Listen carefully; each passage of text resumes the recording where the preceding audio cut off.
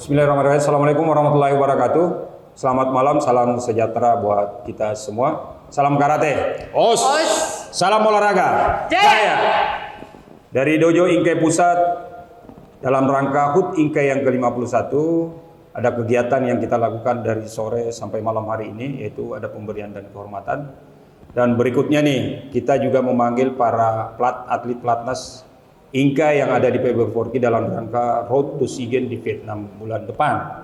Nah, di tengah-tengah kita sudah ada Sensei Omita yang sekarang yang lagi menangani tim pelatnas karate di PB4K. Nah, mungkin akan kita tanya nih sebentar nih, bagaimana kesiapan Sensei Omita, atlet-atlet kita yang ada di PB4K untuk persiapan menuju Vietnam. Ya, mungkin bisa dijelaskan persiapan pelatnasnya. Ya, makasih Os. Persiapan pelatnas itu pelatnas untuk SEA Games itu sebenarnya sudah dari tahun lalu, karena SEA Games itu seharusnya bulan Desember 2021. Tapi ternyata mundur hingga pelaksananya 18 Mei sampai 18 sampai 20 Mei. Ini jadi untuk persiapan kemarin itu kepotong dengan PON, kemudian kita ada tryout juga ke AKF Kazakhstan, kemudian terakhir kita di Kamboja CAKF. Untuk persiapan itu sebenarnya karena ada terpotong dengan segala kegiatan, jadi intinya kita persiapannya itu dari Januari kemarin. Ya, kita fokusnya banget juga dari bulan Januari sampai sekarang. Untuk tinggal sisa waktu 1 bulan ini kurang lebih ya untuk menuju SEA Games itu kita masih ada kendala karena ada puasa. Sedangkan negara-negara pesaing kita itu kita tahu mereka tidak puasa. Seperti Malaysia, kita punya saingan kebanyakan mohon maaf itu orang keturunan Hindia ya, keturunan India dan Chinese. Jadi mereka kita tahu tidak puasa. Kemudian Vietnam tuan rumah apalagi. Kemudian pesaing berat kita salah satunya Filipina, yang sekarang Filipina pun tidak puasa. Kemudian Thailand pun tidak puasa. Jadi itu salah satu kendala. Kalau yang lalu-lalu itu antara puasa dan kegiatan SEA Games itu masih paling dekat tuh jaraknya 1 bulan.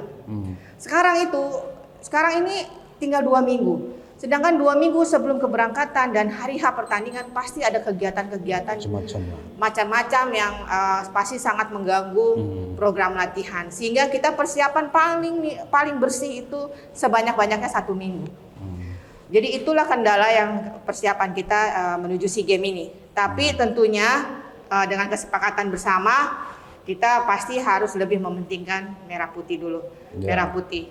Tinggal nanti masing-masing bisa saling berkoordinasi dan bekerja sama untuk bisa beribadah, namun tetap membela merah putih dengan memberikan yang terbaik untuk merah putih ke depannya. Ya.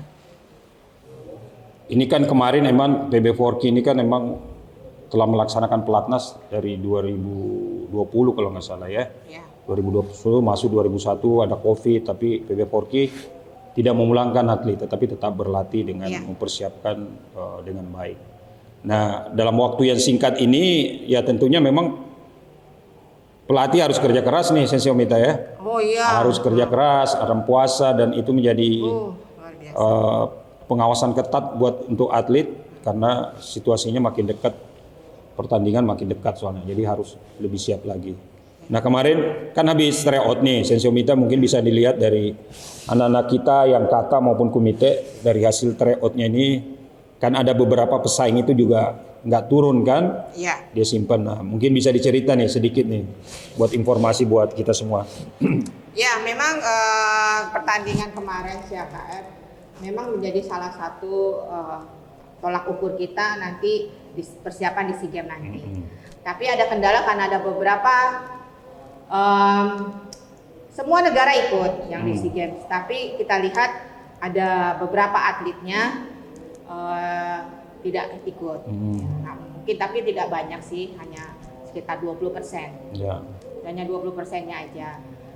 Cuma itu harus kita perhatikan benar strategi-strateginya supaya jangan juga kita dibaca, jangan juga kita nggak punya persiapan untuk menghadapi atlet-atlet yang kita tidak hadir pada saat itu. Cuma kalau sekarang untuk kata juga kita bukan hanya ngelihat dari segi lawan, tapi kita ngelihat perbaikan dari kita sendiri. Jadi evaluasi dari atlet-atlet kita, apa dia punya kelebihannya, apa dia punya kekurangannya, itu yang harus kita matangkan dulu. Matangkan dulu, karena untuk menghadapi siapapun, kalau diri kita sendiri juga belum matang ya juga nggak baik juga. Jadi yang paling penting buat kita sekarang sebagai pelatih adalah bagaimana mempersiapkan atletnya. Kemarin evaluasinya apa kelebihannya tetap kita pertahankan dan kita maksimalkan, apa kekurangannya kita harus tutupi dan kita sempurnakan.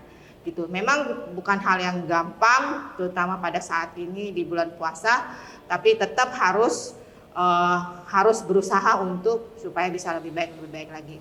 Karena kekurangan itu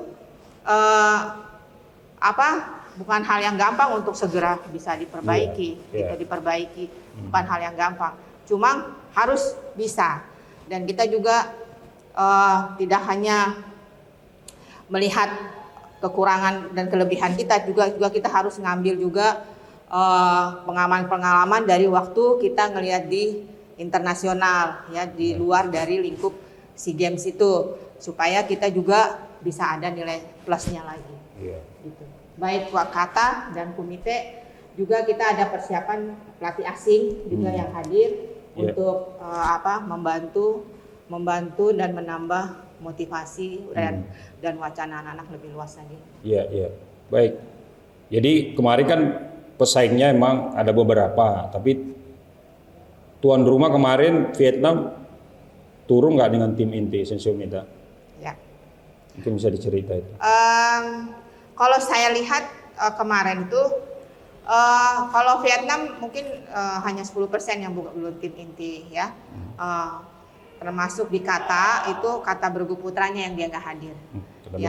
Putrinya tetap main? Putrinya semua main, perorangan putranya main, tapi kata Bergu putranya dia tidak datang. Tidak datang, begitu juga dengan Malaysia. Ya, terutama di putra. Kalau di putri semua hampir lengkap.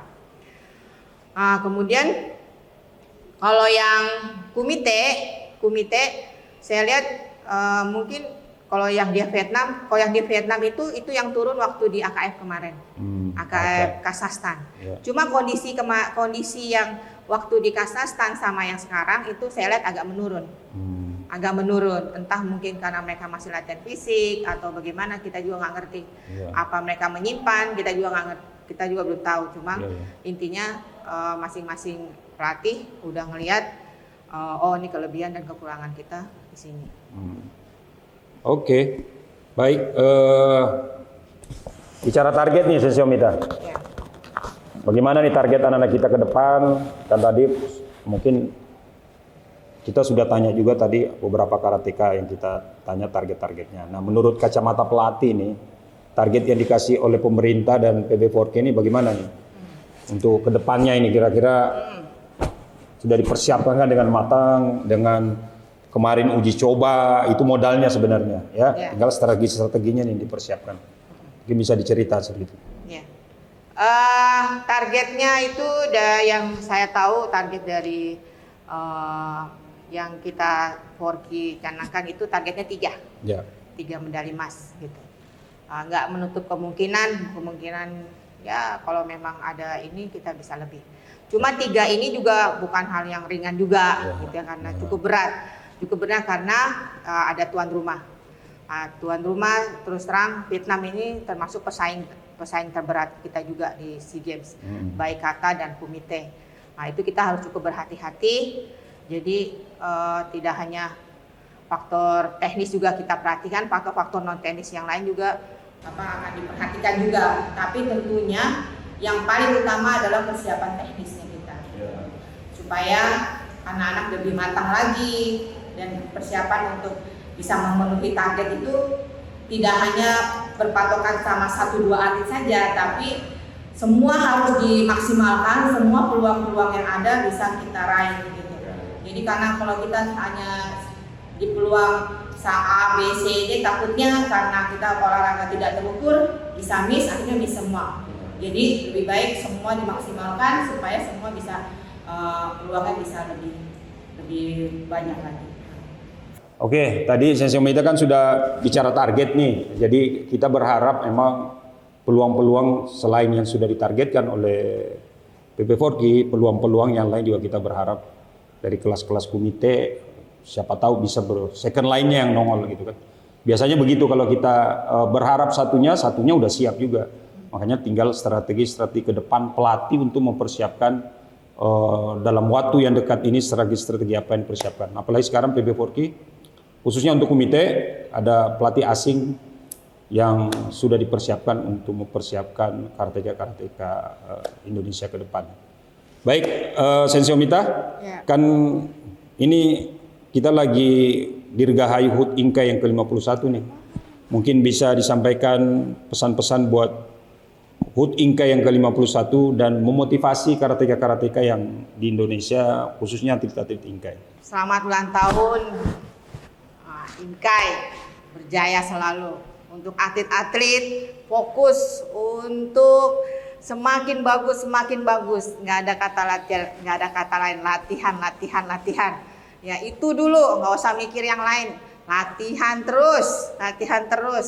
Nah, dari situ kamu bisa berprestasi dan kamu prestasi, Inkai berprestasi, Inkai jaya.